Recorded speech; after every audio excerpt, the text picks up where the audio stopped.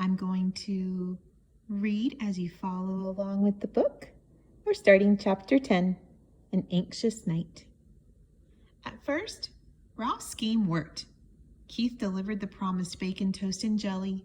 The mice ate sparingly and laid aside the leftovers against the day Keith must leave the hotel.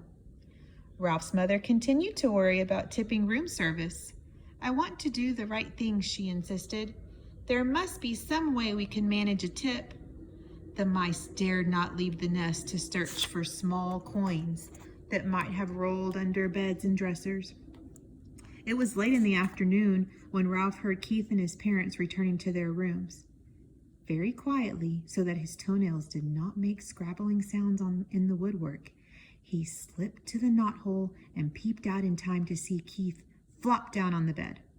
"Do I have to go down to the dining room for dinner?" Keith asked his mother and father. "I'm not hungry." Oh, thought Ralph. There goes dinner. "I told you not to eat that whole bag of peanuts so close to dinner time," said his father. "I didn't eat all of it," said Keith. "That's good," thought Ralph. At least there would be peanuts for dinner. "You'll feel better after you get washed up for dinner," said Mrs. Gridley. "Hurry along now." When his parents had gone into room 216, Ralph noticed that Keith seemed to drag himself off the bed. He walked to the wash basin, turned on the cold water, moistened his fingers, and wiped them over his face. Then he turned off the water and gave the middle of his face a swipe with a towel, which he returned to the towel rack in such a way that it immediately fell to the floor. Keith did not pick it up, but there was nothing unusual about this. Boys rarely picked up towels. What was unusual was that Keith returned to the bed where he sat down and stared at the wall. He did not play his cards, nor did he eat the rest of his peanuts. He just sat there. Ralph stuck his head out of the knothole. "Anything wrong?" he asked. "Oh, hi," answered Keith listlessly. "I feel sort of awful." "Say, that's too bad." Ralph ventured a little farther out of the knothole. "I know what you mean.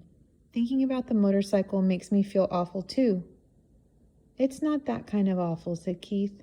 "I feel awful in a different way, sort of in my insides."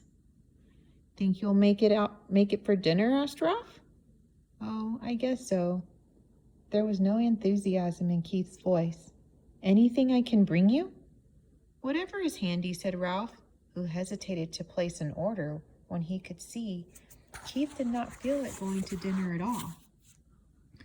"We are sort of depending on you. The housekeeper found all those sheets and I had to chew through to get out of the hamper, and I understand she got pretty excited about mice. We are lying low until the whole thing blows over." A smile flickered across Keith's face. "Don't worry. I won't let you down. I saved you some peanuts. I thought they might be handy for storing." "Gee, thanks," said Ralph.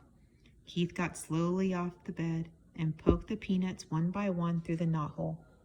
When he had finished, Ralph popped out again and said, "Thanks a lot." Keith smiled feebly and flopped down on the bed once more. Ralph went to work moving the peanuts away from the knothole to make room for whatever dinner Keith brought. He felt it would be fun to be surprised by the menu this time. It was something of a shock to find that dinner, which was stuffed through the knothole much earlier than Ralph expected, consisted of a couple of broken soda crackers. Ralph poked his head out to see if more was coming, but Keith was getting into his pajamas. "Aren't you going to bed pretty early?" asked Ralph, realizing he had not heard Keith's parents come in. "I felt so awful I couldn't eat, so they told me I'd better come up and go to bed." Keith tossed his shirt on the floor of the bed and pulled on his pajama top. When his head emerged, he said, "I'm sorry about your dinner. It was the best I could do. All I had was a little soup." "That's all right." Ralph was beginning to be concerned. If the boy could not eat, neither could the mice. Keith fell into bed and Ralph ran off to report the news to his relatives. "What a shame," said Ralph's mother. "The poor boy." "Oh dear, whatever shall we do?" cried Aunt Dorothy. "Our very lives depend on him." The little cousins huddled together, big-eyed and frightened. "Yes, what about us?" asked Uncle Lester. "How are we going to manage if he doesn't bring us our meals? It isn't safe for us to go out pilfering when the housekeeper has declared war on mice." "I knew it was a mistake to depend on people," said Aunt Sissy. "We'll manage somehow. We always have." Ralph's mother was trying to be brave, but Ralph could see how worried she was. After all, he did bring us a supply of peanuts. We should be grateful for that. "He didn't bring many peanuts." Uncle Lester did not sound the least bit grateful. "The greedy fellow is probably ill from stuffing himself with nuts he should have saved for us. Serves him right." "Now, Lester," fussed Ralph's mother. "The boy had a right to eat his own peanuts, but I do wish he hadn't been quite so hungry." Ralph returned to the knothole. Keith was lying in bed with his sports car in one hand. "How do you feel now?" asked Ralph. "Awful," answered Keith. Before Ralph could reply, footsteps in the hall warned him that Keith's parents were coming. He drew back inside the knothole where he could observe without being seen. Mrs. Gridley paused by her son's bed and lay her hand on his forehead. "He does feel a little warm," she remarked. "He'll probably be all right in the morning," said Mr. Gridley. "He just hiked too far in the sun this afternoon." "I hope so." The boy's mother sounded less certain. Mr. Gridley filled a glass at the wash basin and brought it to Keith. "Here, son, drink this." When Keith had drunk the water, he fell back on the pillow and closed his eyes. His parents went quietly into room 216. When it was good and dark, Ralph ventured through the knothole. He could hear Keith breathing deeply, and he knew that he was asleep. Since he had no one to talk to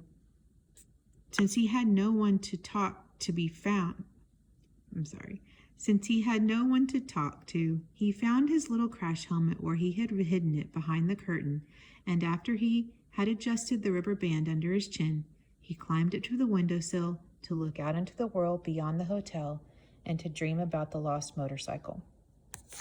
From his perch on the windowsill, Ralph saw that the parking lot held more cars than usual.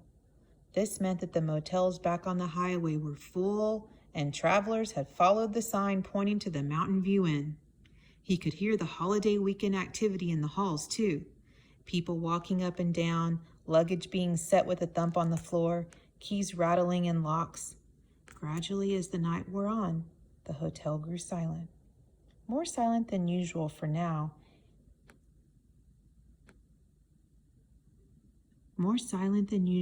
For now, even the second-floor mice were quiet. There was no scurrying, scrabbling, or squeaking inside the walls. In the silence, Keith tossed in his sleep and mumbled something that sounded like motorcycle. In a moment, his mother slipped through the doorway, pulling her robe on over her nightgown. Ralph hid behind the curtain, peeping out just enough to see what was going to happen. She laid her hand on her son's forehead and murmured, "Oh dear." Almost at once, she was joined by Keith's father, who was tying the belt to his bathrobe. "What's the trouble?" he asked. "Keith has a fever," answered the mother. "He's burning up." Ralph was shocked. The boy really was sick. It was not too many peanuts or too much hiking. The boy was really and truly sick.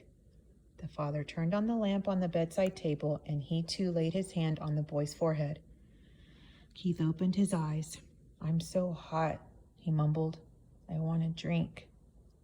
His mother pulled back a blanket while the father brought a glass of water and held up his son's head so he could drink part of it. Ralph watched anxiously, but this time he was not selfishly concerned about room service. He was concerned about Keith, the boy who had saved him from terrible fate in the wastebasket and who had trusted him with his motorcycle. The boy who had forgiven him when he had lost that motorcycle and who had brought food not only for Ralph but for his whole family. "We had better give him an aspirin to bring down his temperature," said Mr. Gridley. Mr. Gridley started toward room 216, stopped, and snapped his fingers as if he had just remembered something. "I took the last one back in Rock Springs, Wyoming," he said. "I had a headache from driving toward the sun all afternoon. I meant to buy some more when we stopped, but I didn't think of it again until now. I should have thought of it myself, said Mrs. Gridley. I knew we were almost out. Never mind, I'll get some, Mr. Gridley. Never mind, I'll get some. Mr. Gridley picked up the telephone, listened, shook it, listened again, and said, That's peculiar. The line seems to be dead. They must disconnect the switchboard at night, said the mother. But surely there is someone on duty at the desk downstairs. Every hotel has a night clerk. I'll go find out, said the father, and slipped out the door into the hall. I'm so hot, mumbled Keith. I'm so hot. His mother wrung out a washcloth in cold water and laid it on her son's forehead. You'll feel better as soon as we get you an aspirin, she whispered. The minutes dragged by. What's keeping him, thought Ralph. Why doesn't he hurry? The old hotel snapped and creaked. Keith rolled and tossed, trying to find a cool spot on the pillow, and his mother wrung out the washcloth in more cold water. When's Dad coming? Asked Keith. His eyes bright and his cheeks flushed. In a minute, soothed his mother. He'll be here in a minute. I wish he would hurry, thought Ralph. Still the minutes dragged.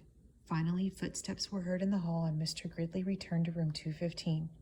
He's here with aspirin, whispered Mrs. Gridley to Keith. At last, thought Ralph. I thought he would never come. Mr. Gridley shook his head. There isn't an aspirin to be found any place. He sounded thoroughly exasperated. First of all, the night clerk was sound asleep on a couch in the lobby. I had a dickens of a time waking him up, and when I finally did manage to, he couldn't find any aspirin anywhere.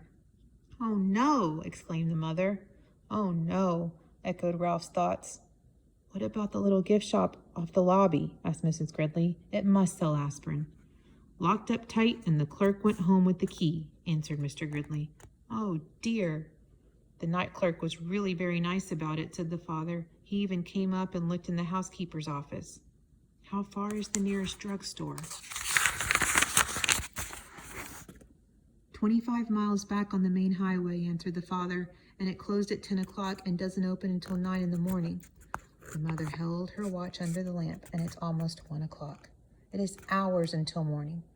She crossed the room to wring out the washcloth again. What will we do?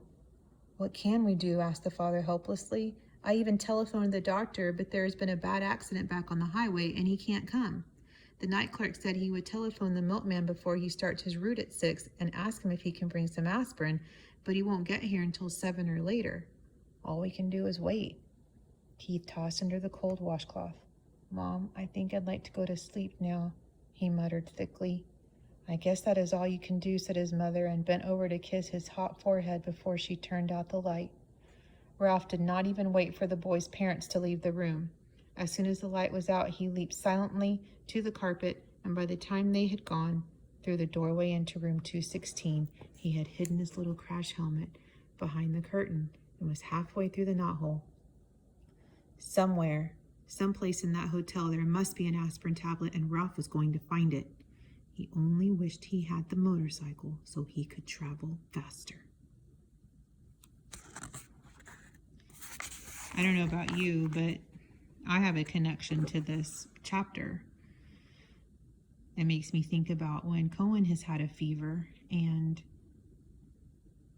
how I'm thankful for having medicine available, and it helps to bring down his fever. So I can empathize with the parents that that's what they're wanting for their son. So I'm sure you have a connection too when well, why don't you think about your connection? You must have a text to self connection at this time. I'll let you think about that. Okay, till next time. Bye.